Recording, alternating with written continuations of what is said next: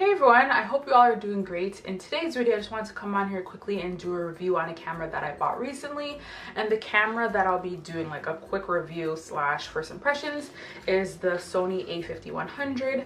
And I got this, I would say in December. So I got it basically for the Boxing Week, or actually no, it wouldn't be Boxing Week. It was like for the Black Friday sales that they had going on. It was like extended. So I was able to get this camera, plus it was a bundle. So I was able to get this camera bag for $49.99, which I thought was a really good deal. And at the store, when I was talking to the guy working there at Best Buy, he was just giving me all the different specs about this camera. So this wasn't necessarily the camera that I wanted to get. This wasn't the first thing on my radar, but from the different things that he was telling me, I was honestly sold. And when I looked online at some reviews, there were really good things being said about this camera. Plus there were a few cons, or one con specifically, but overall it did seem like it was going to be a good camera.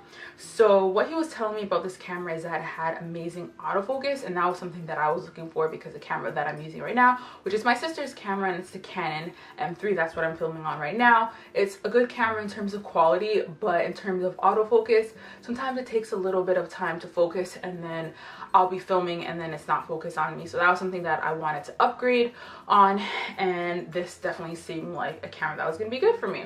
But the thing about it is I did hear that it overheats. So I talked to the guy working at Best Buy about that, and he basically told me like, yeah, that happens, but it's pretty much gonna happen if you're shooting in 4K. And that was something that was not gonna bother me because I don't film in 4K and I'm not gonna film in 4K. So I thought that that wouldn't affect me.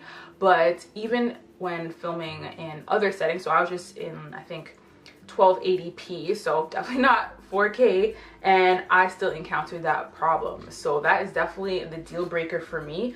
So what happened was I was filming pretty much for 10 minutes straight, and then after on the screen there was like a little thermometer kind of thing basically saying that the camera was getting too hot, and then after it just automatically shut off. So then before it automatically just shut off, then something else popped up on the screen, so I'll insert that into the video, and it was just basically saying that internally it was too hot and it needed to cool down. So I was like, oh my gosh, I've literally been filming for like 10 minutes and then it just cut off completely. So then afterwards I just turned it right back on right away, and then I was able to film for another 5 minutes, and then it shut off, and then I just turned it back on, filmed for another 5 minutes, and then it shut off again. So for me, that is such a bad thing, because you could be in the middle of a really good point or doing something important, and then it could just cut you off. So in my opinion, like, what's the point of that? For me personally, I wanted to upgrade for quality and for autofocus, and this definitely has those really good features, but for functionality, this is honestly just a waste of money for me personally, because I don't want to have to keep on turning it on and off just to get a shot.